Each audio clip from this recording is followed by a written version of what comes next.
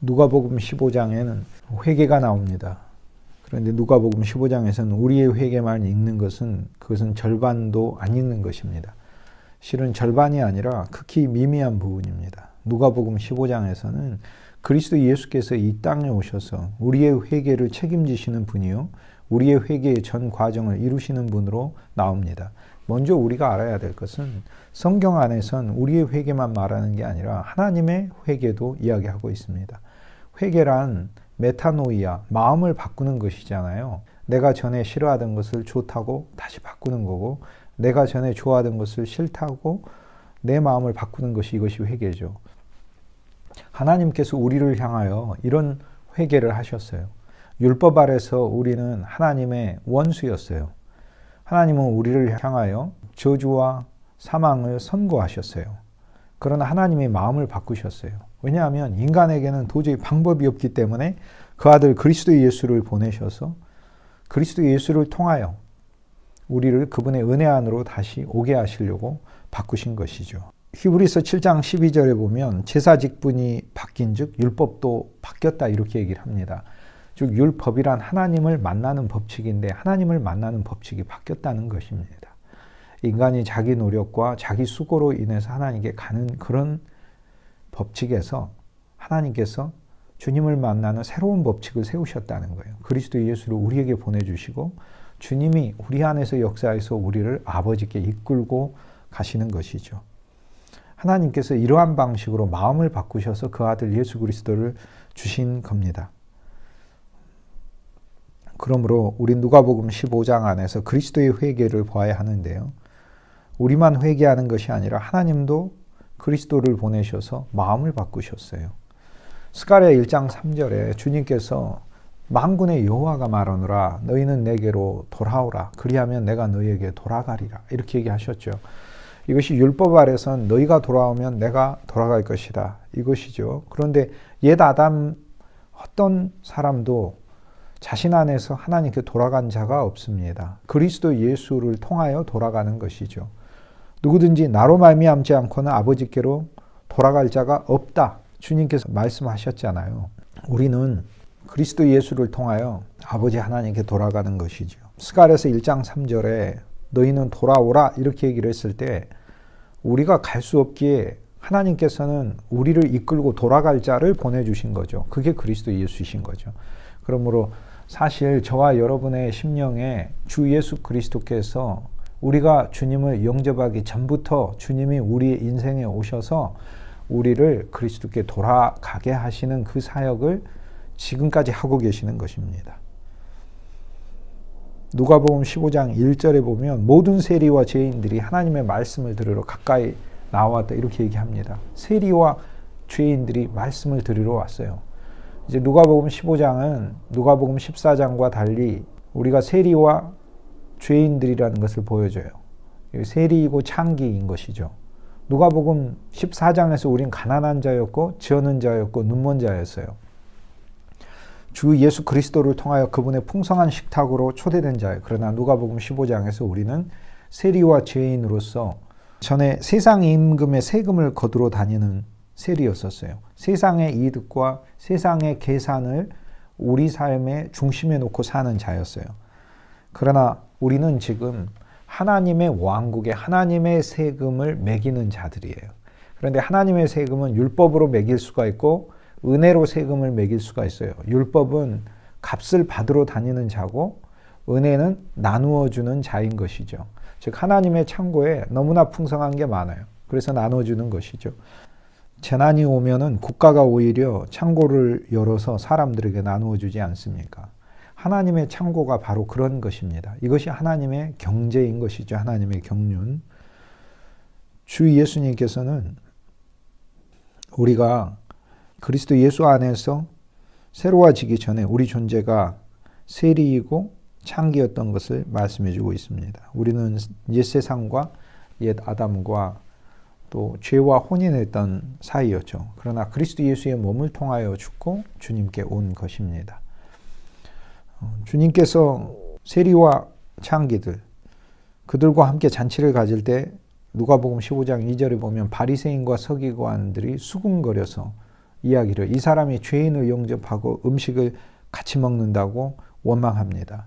자, 여기에서 종교의 특징이 있습니다. 종교의 특징은 주 예수님에 대한 초점이 없어요. 자기가 자기 의로 어떤 하나님의 말씀과 계명을 지켜보려고 하는 자기 노력의 삶을 이야기를 해요. 그런데 그 자기 노력을 나중엔 자기 의로 삼습니다. 내가 이렇게 힘써서 몸부림친다는 것, 이것을 오히려 하나님 앞에 이것조차도 얼마나 가련한 것인가 라는 것을 발견하지 못하고 그 근거 위에서 자기의 신앙을 쌓아갈 뿐이죠.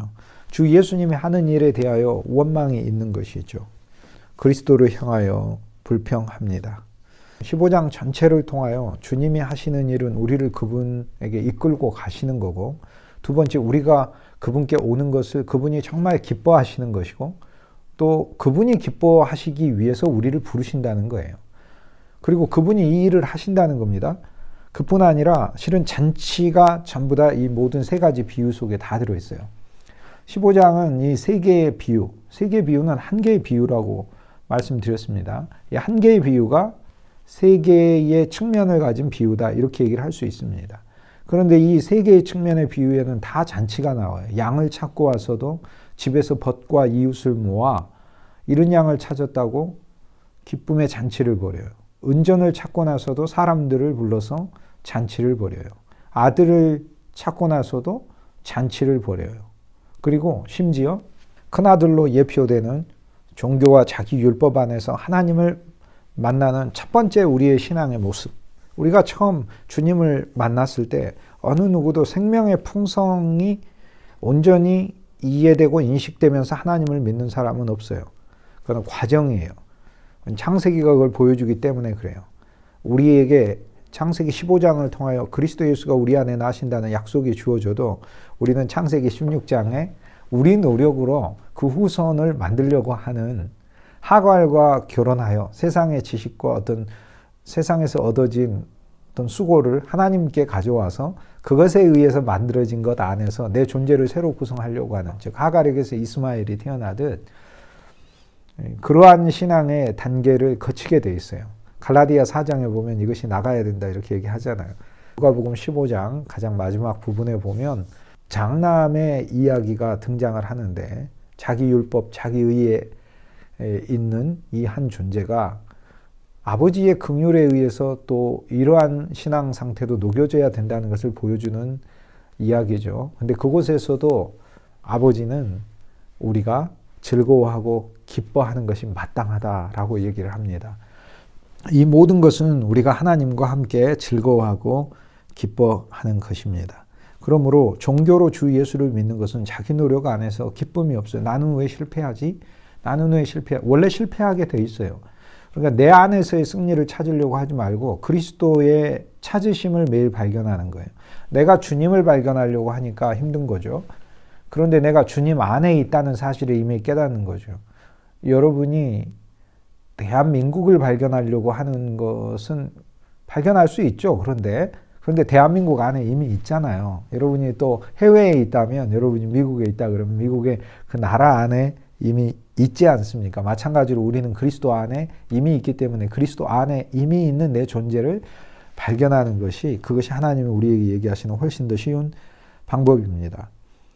주 예수를 믿는 것은 홀로 자기가 계명을 놓고 싸우고 수고하고 애쓰면서 사는 삶이 아니에요. 그것은 원망에 가득하게 돼서 우리 자신이 어떠한 존재인지, 세리고 창기인데, 그러나 아무 값없이 우리에게 모든 풍성을 베풀어 주시는 그리스도 예수를 날마다 누리면서 감사하고 찬송하는 것, 이것이 바로 주님이 원하시는 진정한 회개의 삶이다 라고 이렇게 얘기할 수 있습니다. 그러면 우리는 날마다 회개해야 되겠죠. 왜요? 마음의 불평과 또 염려와 근심과 또 자기 자신에 빠져서 이렇게 있을 때 그것도 회개하는 거죠. 그리스도께 더 우리 자신을 가져오는 것이 중요합니다. 종교는 그리스도와 함께 먹고 마시고 그리스도의 살과 피를 누리는 생명의 잔치를 알지 못합니다. 그러나 생명 안에서 우리는 이미 내 노력으로 믿는 그 종교의 영역을 이미 건넜다는 사실을 알고, 우리들 모두 속에 역사하시는 그리스도의 영이 이 하나님의 말씀을 이루어가는 이 믿음 아래에서 우리는 주님과 함께 이 여정을 해야 하겠죠.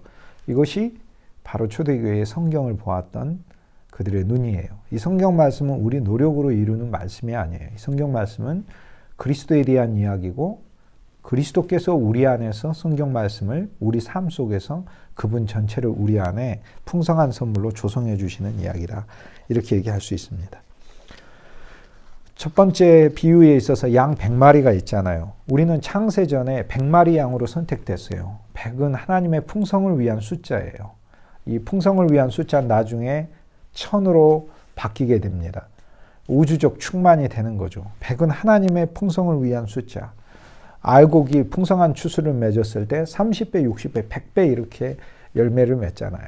100이라는 단어가 믿음 안에서 처음 등장하는 건 아브라함이 100세 때 이삭을 낳는 것입니다. 성경 안에서 이 100이라는 단어는 그러므로 하나님의 풍성한 약속이 성취되는 것을 이야기합니다. 우리는 창세전에 100마리 양들로 선택되었어요. 근데 우리 중 하나만 없어도 여러분이 없다면 하나님의 충만은 이루어지지 않아요. 그러므로 우리가 이 강의를 통하여 주 예수 그리스도의 생명과 그분의 진리에 대한 우리의 탐구 또 우리의 여정이 이렇게 계속 진행되고 있는데 하나 알아야 될 것은 진정으로 우리 자신이 그리스도 안에 있지 않으면 하나님의 충만이 없구나라는 사실을 알 필요가 있습니다. 하나님은 진실로 우리 자신을 필요로 한다는 것이죠. 두 번째 비유, 여인으로 예표되는 하나님의 성령을 보내서 주님은 우리를 찾는 수고를 하고 계십니다. 첫 번째에 있어서는 이 양을 사랑하기 때문에 찾는 것이죠. 그리고 주님이 우리를 찾는 이야기가 바로 누가복음 15장의 이야기예요. 그래서 누가복음 15장의 이야기는 내가 주님을 찾는 이야기로 읽으신다면 잘못 읽는 거예요. 왜 그러냐면 양이 어떻게 목자를 찾아요? 골짜기에 있는데 울 뿐이죠. 근데 양이 내가 잘 울어서 목자가 날 잘 찾았습니다. 이렇게 어떻게 얘기할 수 있어요? 그거는 말도 안 되는 소리죠.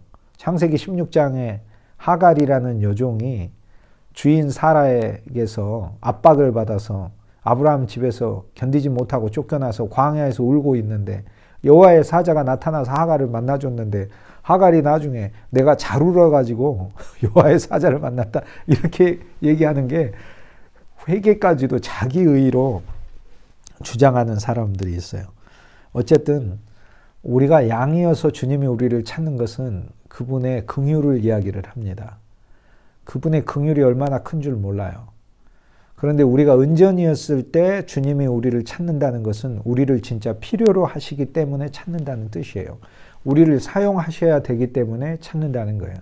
우리가 탕자였을 때, 둘째 아들이었을 때 아버지가 우리를 찾는다는 것은 우리를 진실로 사랑하시고 그분의 먹을 것이 너무나 많고 풍성한 그 집 안으로 다시 우리를 들이시기 위해서 찾는다는 거예요. 우리는 그러므로 우리 존재에 대한 그리스도 예수 안에서 발견되어짐의 세 가지 측면을 보는 것이 누가복음 15장 안에서 너무 중요해요. 그래서 첫 번째 비유, 잃은 양의 비유에서 그리스도의 긍휼을 보고 두 번째 비유, 잃은 은전의 비유에서 그리스도 예수의 사역을 보고 우리가 주님에 의해 쓰임받는 거예요. 여러분 모두는 다 주님의 은전이에요. 주님의 돈이에요. 하나님의 경제, 경륜이라는 것에서 하나님도 사용할 돈이 필요해요. 지금 우리도 돈이 있어야 하잖아요. 돈으로 무엇을 하잖아요. 돈은 수단인 것이죠. 우리 종이에요, 돈은. 돈이 우리 주인이 아니고. 돈을 주인 삼지 말라고 했으니까 주인은 하나님인 것이고 돈은 우리 종입니다. 그런데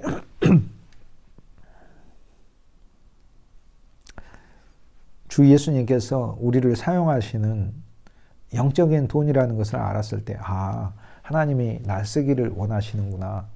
그래서 우리가 주님께 얻어진 것이죠. 또 그분의 왕국의 풍성을 위하여 우리가 얻어진 것이죠. 누가복음 15장에서 계속해서 반복돼서 나오는 것은 즐기자, 즐기자, 즐기자. 이 세 가지 비유에 있어서 이게 계속 나와요. 15장 6절에 나와 함께 즐기자. 왜? 잃은 양을 찾았으니까. 그리고 15장 9절에 보면은 또 나와 함께 즐기자. 벗과 이웃을 불러 모으고 나와 함께 즐기자. 잃은 드라크마를 찾았노라. 이렇게 얘기해요. 23절에 보면은 살찐 송아지를 끌어다가 잡으라. 우리가 먹고 즐기자. 하면서 이번에는 종들, 가족 안에 있는 사람들, 모든 사람들을 다 불러서 즐기자 이렇게 얘기해요. 이 즐기자가 영어로 enjoy예요. 저는 이 단어를 너무 좋아해요. enjoy. 저는 그리스도인 신앙생활이 뭐냐 이렇게 물었을 때 저는 enjoy라고 얘기를 해요. enjoy라는 단어 자체가 in하고 joy 아닙니까? in하고 joy.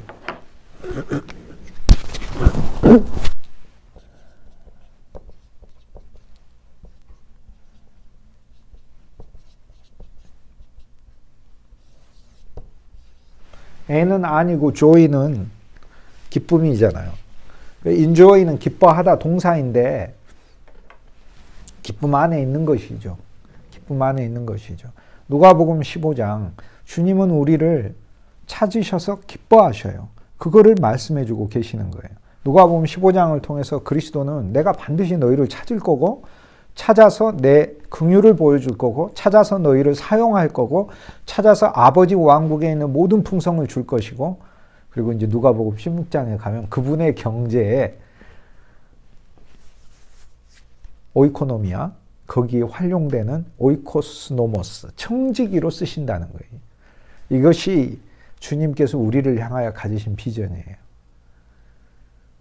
얼마나 감사한지 몰라요. 그러므로 그리스도인 신앙은 enjoy.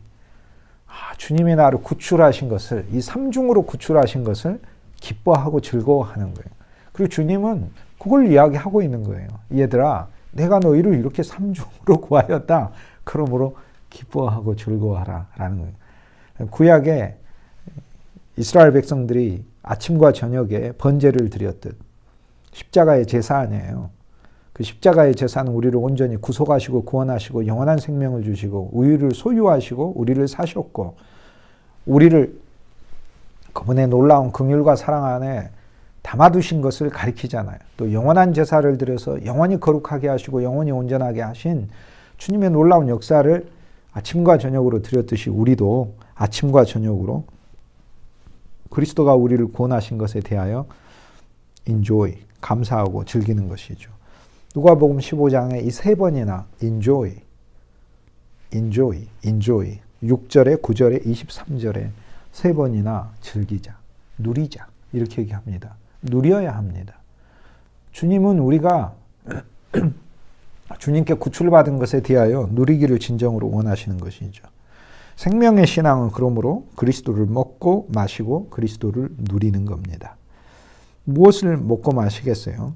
우리 그리스도 예수 그분 당신이시죠. 인자의 살과 피를 먹지 아니하면 너희 속에 생명이 없느니라 말씀하셨어요. 누구든지 나를 먹고 마시는 자는 그 안에 생명이 있느니라 이렇게 얘기를 하셨습니다.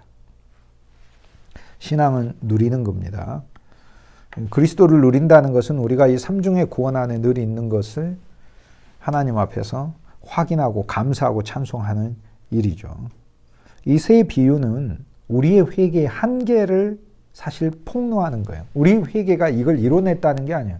우리가 사실 이렇게 회개 못한다는 것을 보여줘요. 골짜기에 있는 양이 어떻게 자기를 구출해요?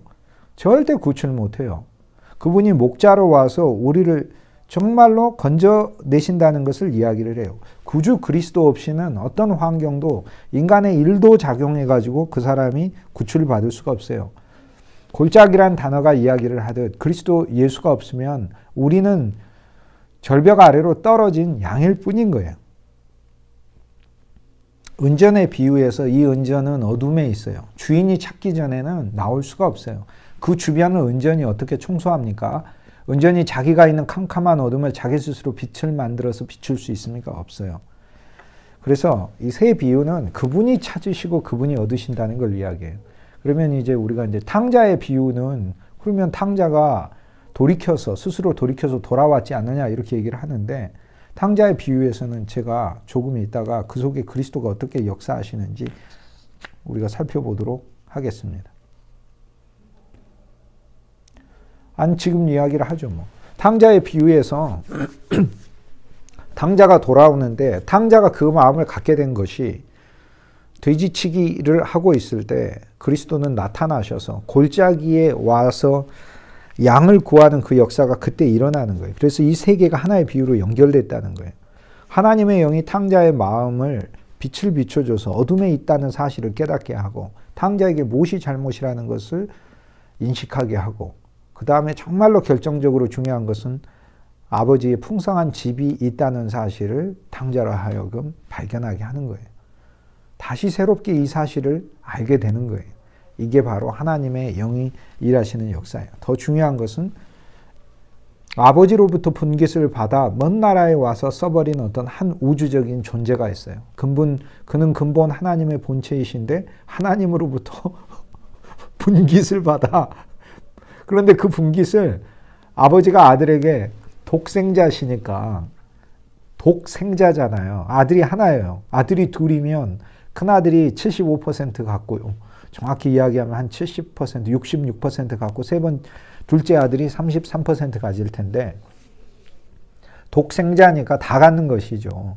그러니까 아버지로부터 분깃을 받아 모든 것을 받아 이 땅에 와서 정말 무가치한 우리들에게 그냥 다 허비하신 한 분이 있어요. 자기 자신을 다 비우신 분이 그리스도 예수죠. 탕자의 이야기 속에도 그리스도 예수께서 우리 자신과 연합하여서 육신이 되어 이 땅에 계심으로 그분의 사역을 이루실 것을 보여줘요. 이게 로마서 8장 3절에 그리스도 예수께서 죄 없는 그분의 몸을 죄가 되게 하셨다. 고린도후서 5장 21절에 죄 없는 자로 죄를 삼았다라는 이 말씀이에요.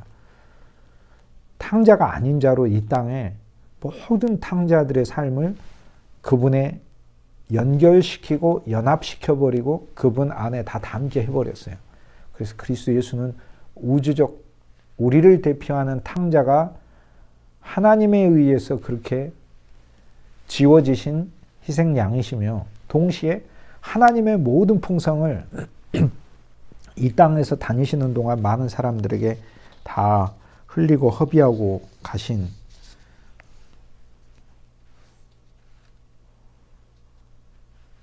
하나님의 경륜으로 봤을 때는 그 하나님의 놀라운 신성과 생명을 도저히 허비해서는 안 되는 것을 우리같이 무가치한 존재들에게 허비하신 탕자다 이렇게 얘기를 할 수 있습니다. 하지만 성경이 오늘 우리가 무가치하다고 얘기하지 않아요. 우리가 옛 아담에서 무가치한 것 같지만 주님은 야 너희가 무가치한데 내가 너희를 구원한 거야 이렇게 말씀하지 않아요. 너희가 없으면 완성이 안 돼 이렇게 얘기를 하시는 거예요. 너희가 없으면은 여인이 10개 가진 드라크마, 이 10 드라크마를 통해 아버지가 딸에게 준 혼인의 행복이 계속 이 기원돼야 되는데 나는 너희가 없으면 언제나 미완성이야, 불행이야 이렇게 얘기를 하시는 거예요. 나는 진실로 너가 필요하다. 주님의 회개는 우리 안에서 바로 이러한 점을 깨닫게 해주고 가르쳐주고 있습니다.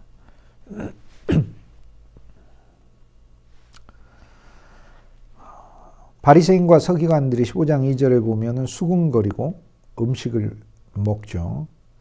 그런데 주님께서 너희 중에 어떤 사람이 양 100마리가 있는데 라면서 첫 번째 이제 양의 비유에서 말씀하시는데 양의 비유에서 말씀하시는 이것 중에서 회개할 것 없는 의인 99 새 예루살렘이죠. 이 새 예루살렘에 회개할 것이 없으니까 회개할 것 없는 의인 99은 그리스도에 의해서 흠과 점과 티가 없이 깨끗하게 온전히 거룩함을 받은 그 무리죠. 그 무리에 시간 안에 사는 나를 그 하나로 보시면서 채워 넣으시기 위하여 우리에게 그리스도 당신 자신이 하시는 수고를 가르쳐주고 있습니다.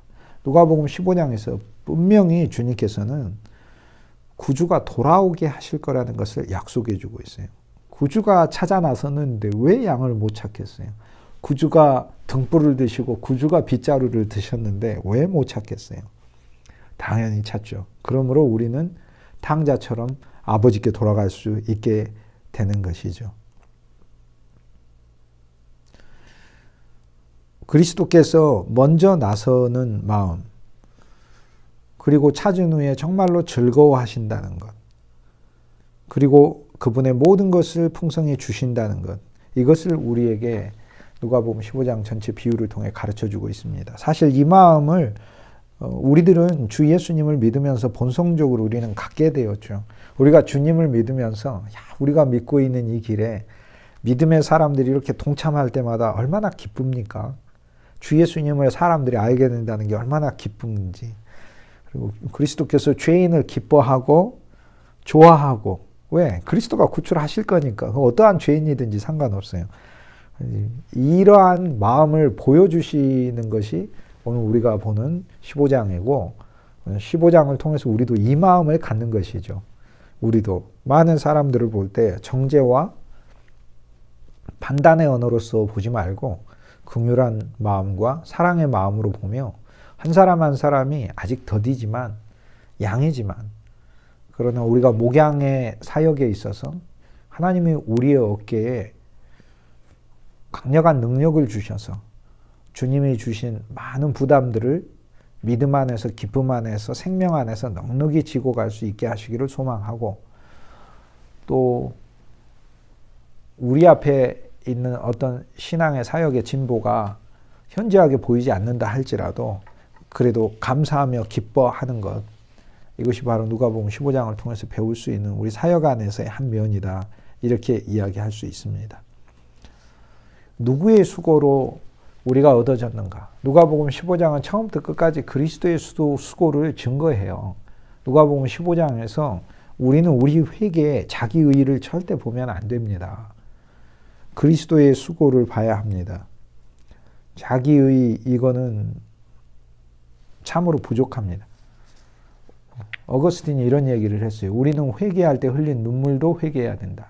라고 이렇게 얘기를 해요. 우리의 회개는 우리가 회개한 것도 자랑하고 그런 필요도 없고 온전한 회개가 될 수도 없어요. 실은 그리스도의 회개에 의해서 우리가 회개되는 것이죠. 주님께서는요. 그리스도가 수고한다는 거예요. 그리스도가 골짜기까지 오고 그리스도가 헤매시고 그리스도가 등불을 켜고 그리스도가 쓰는 수고를 하시고 아들은 돼지 우리까지 왔어요. 그리스도가 돼지 우리나 다름없는 이 세상에 오셨어요. 우리를 그분 안에 담으셨어요. 그리고 그리스도 안에 우리를 온전히 연합시키셔서 그래서 아버지께로 그리스도께서 다시 하늘로 들어가신 것이죠. 이것을 승천이라고 부르는 것이죠. 찾는 이가 주님이시지만 주님은 이것을 회개라고 부르셔요. 즉 주님이 찾는 일이에요. 왜? 주님이 마음을 바꿨으니까. 주님이 설득하시니까. 주님이 끈질기게 이야기하시니까. 여러분 우리가 누가복음 15장에 올 때까지 바리새인과 서기관들이 얼마나 예수님을 계속해서 대적하면서 이야기하는 이 긴 진행들을 볼 수 있잖아요. 주님이 얼마나 끈질기셔요. 바리새인과 서기관은 사실 사랑하시는 거죠. 계속 얻기 위하여. 미워하시지 않고 주님은 그래서 누가복음 15장에 마다들로 이야기하고 계시는 거예요. 실은 너희들도 하나님의 모든 풍성 안에 있다. 이렇게 얘기하시는 거예요. 구원의 일은 하나님이 다 하셨는데요. 우리는 마음을 열어서 이것을 수용했지 않습니까? 그런데 하나님은 이것을 회개라고 부르셔요. 15장 7절에 보면 내가 너희에게 이르노니 이와 같이 죄인 하나가 회개하면 하늘에서 기뻐한다. 이렇게 말씀하셨는데 회개는 우리가 돌아서는 것 같지만 실상은 주님이 모든 섭리로 우리를 되찾는 것이다.